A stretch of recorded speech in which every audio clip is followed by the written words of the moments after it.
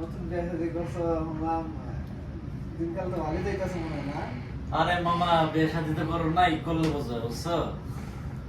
কি আরে মামা, যারা বিয়ে শাদী করছে তাদের কি খারাপ লাগতেছে নাকি? বিয়ে কি যে জ্বালা। 18 বছরের পরে যে পোলাপাইনের বিয়ার লিগে যে কি পরিমাণ কেরা উঠে, হ্যাঁ, এন্দে বুঝায় বাপ মারে বিয়া করে দাও গার্লফ্রেন্ড একটাই হয় না, 10টা লাগে। এই যে দেখো আমার লগে এই যে রাকিব ভাই, একটাই চলে না, 10টা লাগে, 9টা লাগে, 8টা লাগে। তাহলে বিয়ার পরে তারা থাকতে কি লিগা মামা? বিয়ে করো তাইলে বুঝবে। তো মানুষের পর্যন্ত দেখো এই দুনিয়াতে জন্ম নেওয়ার পরে 18-25 বছরের পরে বিয়া ছাড়া কেউ থাকে? শতকরা সর্বোচ্চ 2% 3%। তো তাদের যদি এতই জ্বালা থাকে, বউ ছেড়ে দাও, বউ তালাক দিয়ে দাও।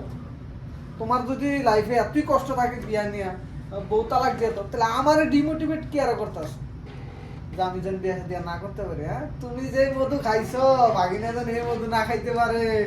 বুঝছি মামা, যাই করো টারো, আমার বিয়া শাদী কেন তাড়াতাড়ি দিবা, ওই ব্যবস্থাটা করো।